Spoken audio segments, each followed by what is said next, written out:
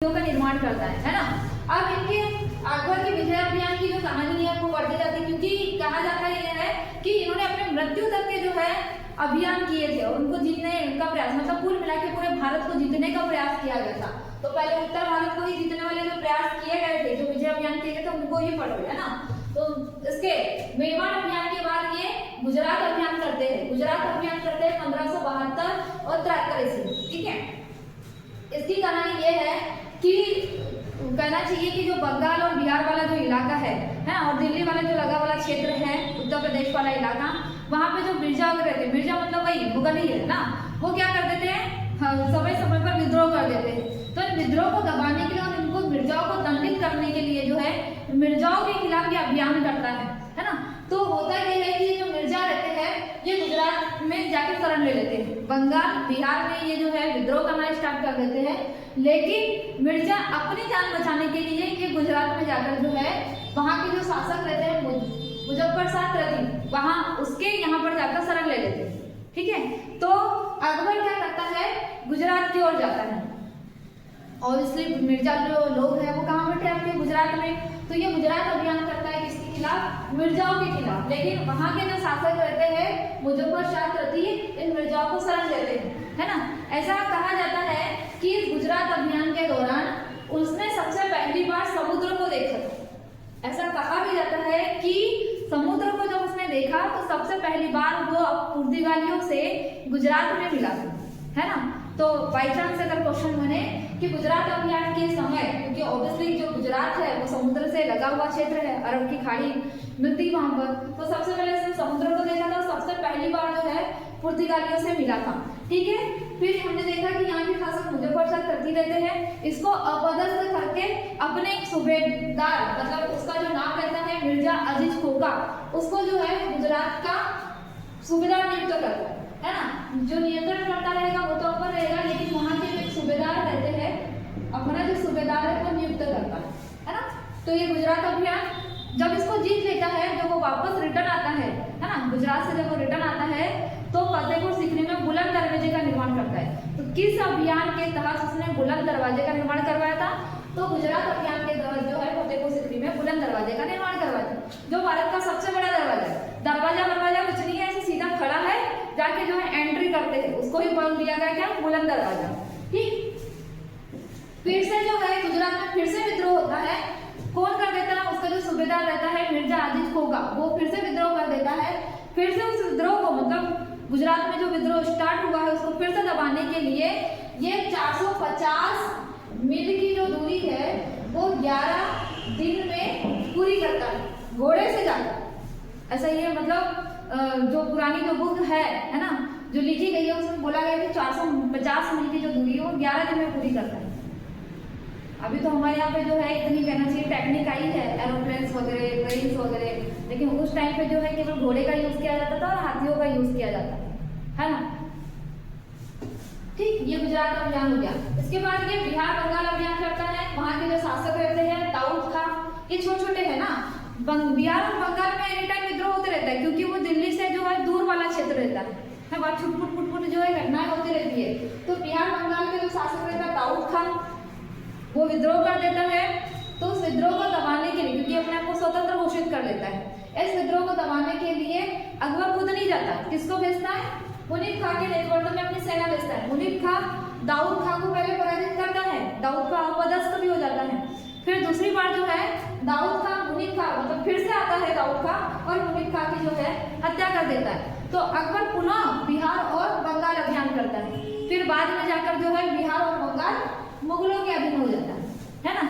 ये भी जीत लिया, कुल मिला के गुजरात भी हो गया, बिहार बंगाल भी हो गया, मतलब पश्चिम वाला इलाका भी हो गया और पूर्व वाला इलाका भी हो गया, है ना। उस टाइम पे हमारा अखंड भारत था। फिर हल्दी घाटी का, ये तो बहुत इंपॉर्टेंट है, क्योंकि जो मेवाड़ के जो राजा थे उदय सिंह, वो भागकर जंगल में चले जाते हैं। तो उनके जो पुत्र रहते हैं महाराणा प्रताप, है ना, उनके जो पुत्र रहते हैं महाराणा प्रताप, वो मेवाड़ की गद्दी पर जो है पुनः बैठते हैं, क्योंकि पहले मुगलों के कंट्रोल में चले गया था, पुनः जो है वो महाराणा प्रताप मेवाड़ की गद्दी पर बैठते हैं। इस टाइम पे ये अपनी राजधानी किसको बनाते हैं, कुंभलगढ़ को। अब जो हल्दी घाटी का जो युद्ध होता है, राजस्थान वाला इलाका है ना, 18 जून 1500 76 ईस्वी में। ये याद रखना कि हल्दी घाटी का युद्ध कब हुआ था, तो 1576 ईस्वी में। किसके विरुद्ध? अकबर और महाराणा प्रताप। अब जो महाराणा प्रताप है उनकी राजधानी कुंभलगढ़ है, और ये अपने राजपूत, सच्चे राजपूत के रूप में जाने जाते थे। सब आपने देखा कि राजा भरमल पहले ऐसे राजपूत थे जिसने अकबर की अधीनता स्वीकार कर ली थी, तो ये बड़ा चिढ़ा करते थे, बोले एक राजपूत होने के बावजूद भी जो है आपने अकबर की जो अधीनता है वो स्वीकार कर ली। तो वो मतलब उनके मतलब कुछ जो राजपूत रहते हैं ना, उनका गठबंधन अलग था, और वो जो आमेर के जो राजा थे उनका गठबंधन अलग था। तो उनके दरबार में वो जाया नहीं करते थे। कभी वो रहता ना कि भाई हमारे घर ये त्यौहार है, बहुत धूमधाम से मना रहे हैं, तो आमेर के राजा इनको जब आमंत्रित करते थे तो नहीं जाते थे, क्योंकि उन्हें पता था कि जब हम अकबर को देखेंगे तो तब तक हमें ये याद आएगा कि ये ऐसे मतलब एक सच्चे राजपूत नहीं। सच्चे राजपूत की कहानी है कि वो युद्ध क्षेत्र में लड़े, है ना, जब वो मारा जाए तब उसके जो है क्षेत्र पर मुगलों का अधिकार हो, बिना लड़े, और कहना चाहिए आप आत्मसमर्पण करके जो है कहना चाहिए मुगलों की अधीनता स्वीकार ना करें। तो ये एक सच्चे राजपूत थे महाराणा प्रताप। ठीक है, होता ये है हल्दी घाटी के युद्ध में महाराणा जो प्रताप रहते हैं, इनके खिलाफ अकबर मानसी के नेतृत्व में अपनी सेना भेजते, खुद भी जाते हैं, लेकिन जो सेना अध्यक्ष रहते हैं वो मानसी को बना जाता है। मतलब एक राजपूत दूसरे राजपूत से लड़ेगा। ये जानना चाहते थे कि जब एक राजपूत दूसरे राजपूत से लड़ेगा तो मतलब कहना चाहिए कि महाराणा प्रताप उस कंडीशंस में क्या करते हैं। और दूसरी चीज की अकबर ये देखना चाहते थे कि जो मानसी है एक राजपूत होने के नाते वो मेरी मतलब सुरक्षा प्रदान करेंगे, अगर कल को कुछ हो गया युद्ध क्षेत्र में तो क्या मुझे वो सुरक्षा प्रदान करेंगे।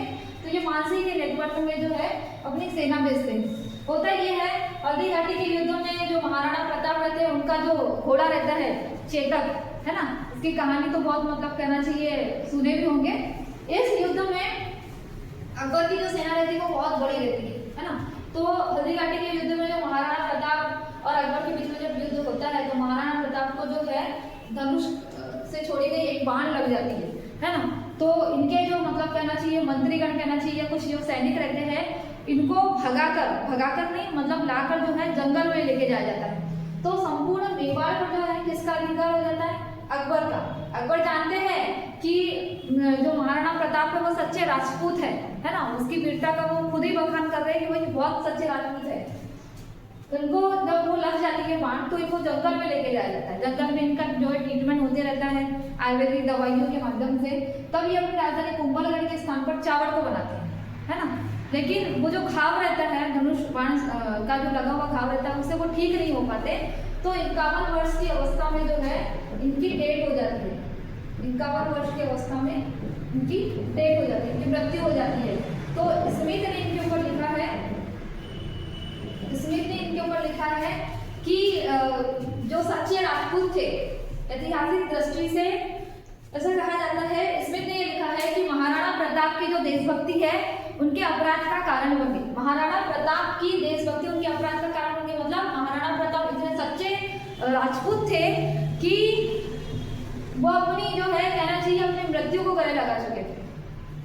कुल मिला के यहाँ पे बोला गया कि वो इतने सच्चे राजपूत थे कि युद्ध क्षेत्र में लड़ते हुए, है ना, युद्ध क्षेत्र में प्रॉपर तरीके से लड़े, लेकिन कभी मुगलों की अधीनता स्वीकार नहीं की। बाकी जो राजपूत थे उन्होंने मुगलों की अधीनता स्वीकार कर ली थी। क्यों? क्योंकि उनकी सेना को देखते हुए और अकबर की जो है नीतियों के कारण जो है सभी राजपूत ने अकबर से हाथ मिला लिया। केवल महाराणा प्रताप ऐसे सच्चे राजपूत थे या देशभक्त थे जिन्होंने जो है उनका अपराध का कारण बना। ठीक, ये था आपका हल्दी घाटी का युद्ध।